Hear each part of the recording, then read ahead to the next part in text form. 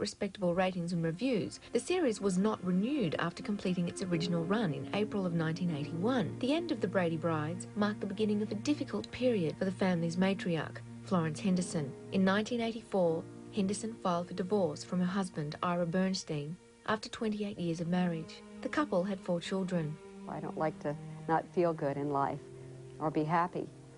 And I had reached a point in my life where I wasn't. It was during this time that the usually unflappable actress had to stop performing after developing a fear of being on stage. To deal with her problem, the 51-year-old Henderson underwent hypnosis at a Los Angeles clinic. What I'm going to do is ask you to open your eyes, and I want you to look directly at me. Now. Okay, that's fine. The unorthodox treatment worked. In 1985, a rejuvenated and reconstructed Henderson returned to work as hostess of her own television show, Country Kitchen.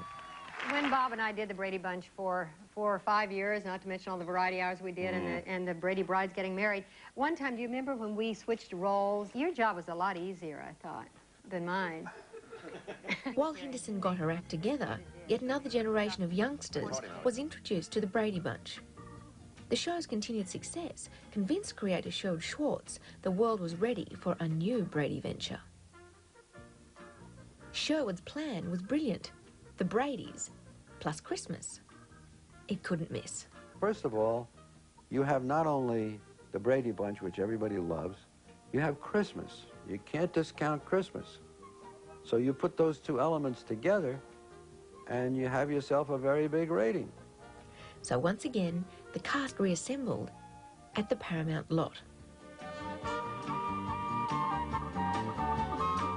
Coming back to spend this month doing 2 hours of a Brady Christmas was a little like a family reunion in a family that cares deeply for each other. And I know it sounds sappy. It is sappy, I suppose. But when we did the scene with the Christmas tree and the singing of the carols, there weren't a dry eye among us. A Very Brady Christmas gave everyone involved an early present. The show was the highest-rated network program of the week and the most watched television movie of the year. I think we were all stunned by that, truly.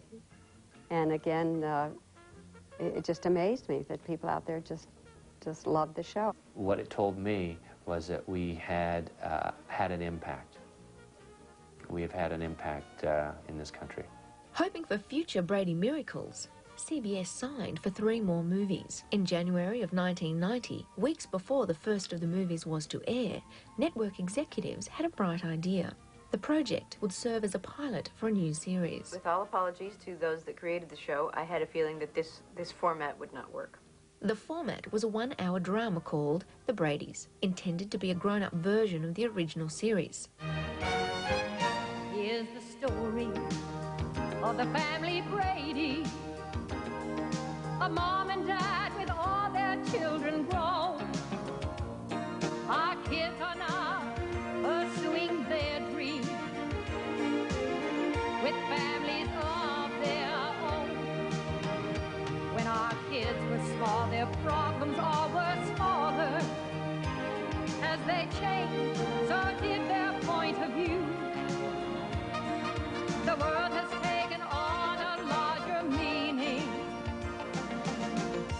since the family grew. I referred to it in those days as Brady something, like 30-something. The Brady something format didn't appeal to Maureen McCormack, so she opted out. Wise girl. Most of the cast who came back didn't like the format either. Eve Plum, Susan Olsen and Leah Ayres-Kalish, the fake Maureen, all openly made fun of the show. Yeah, the show is really expanding. This hour-long format has allowed us to... when do we do the one where we all go up to a commune and the drop acid? Drop acid, I think, is the 7th episode. Right. Yeah, that's right. Yeah. The Bradys premiered on February 9, 1990.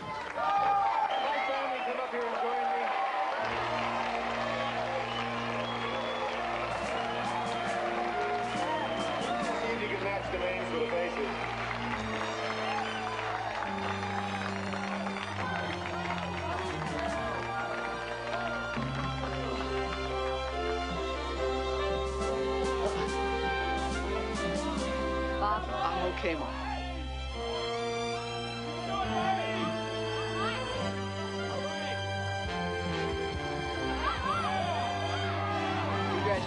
Dad. Here we are, all assembled. We started off getting bad reviews again, and I'd forgotten, because by that time I was used to being loved by great handfuls of people at a time who had loved the show for years and years. And so when we started getting bad reviews again, I was really taken aback at first. Then I remembered, aha, we never got good reviews.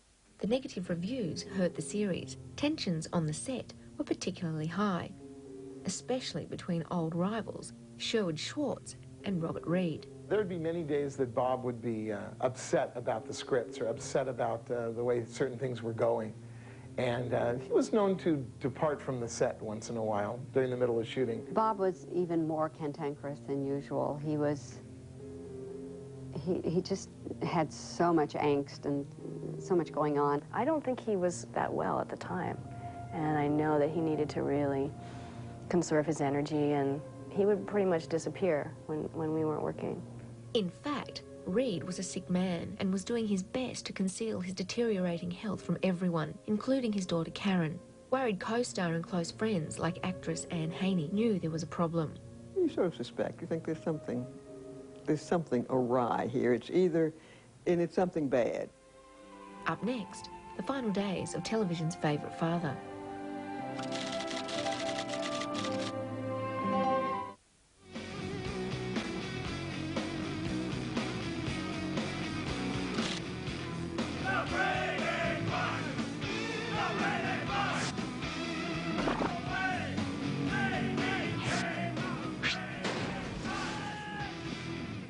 By now, it was the third decade of Bradydom for the actors, and basically they were fed up with it.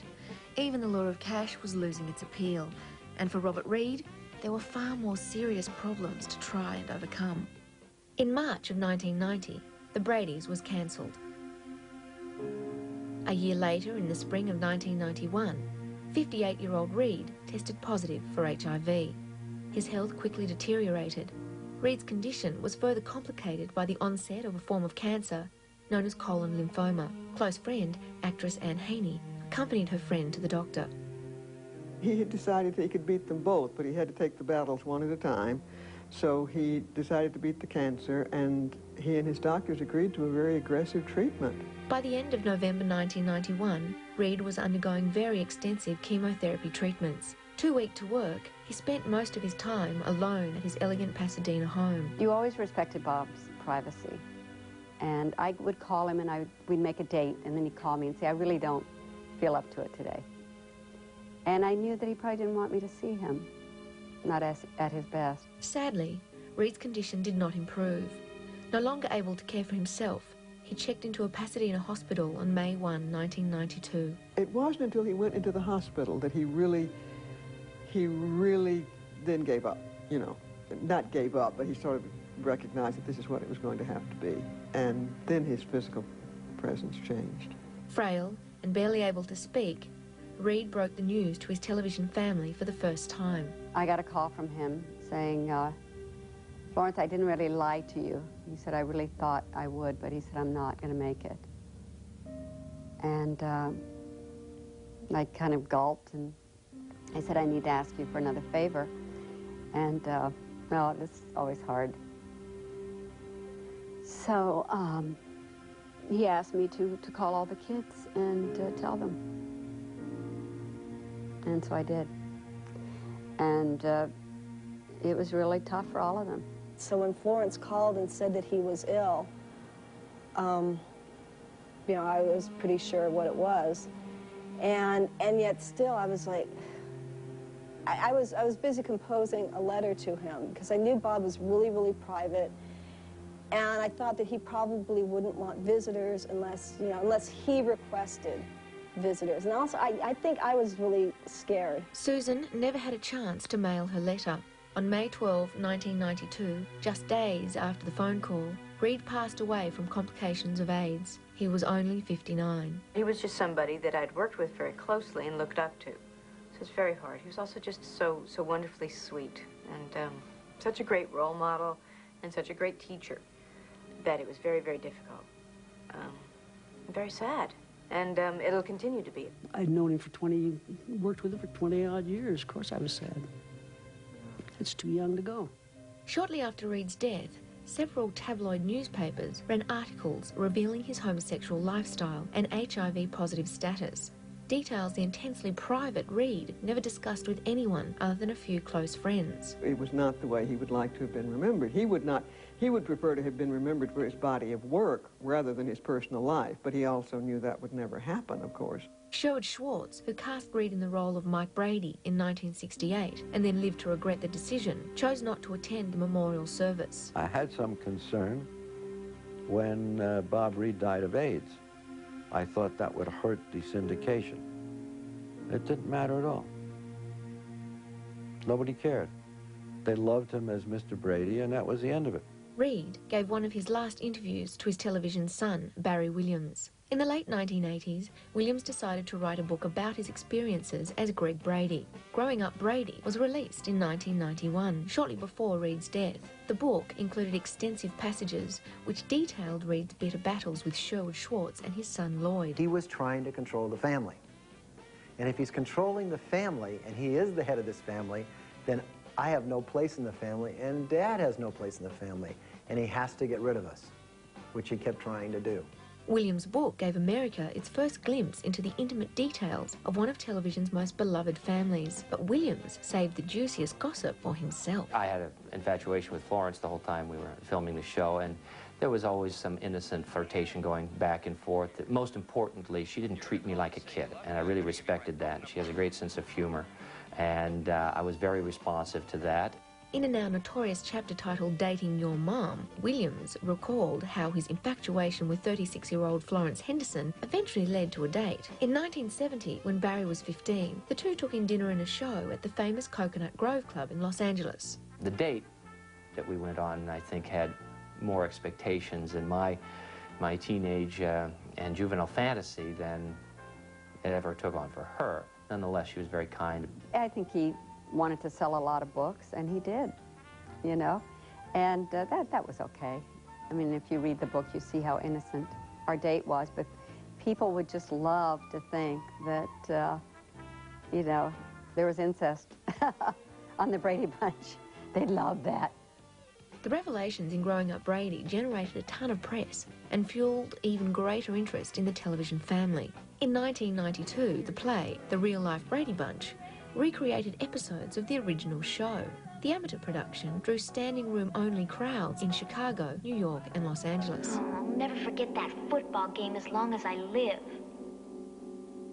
Hey, you guys. Oh, my no! Oh, my no! Oh, my no!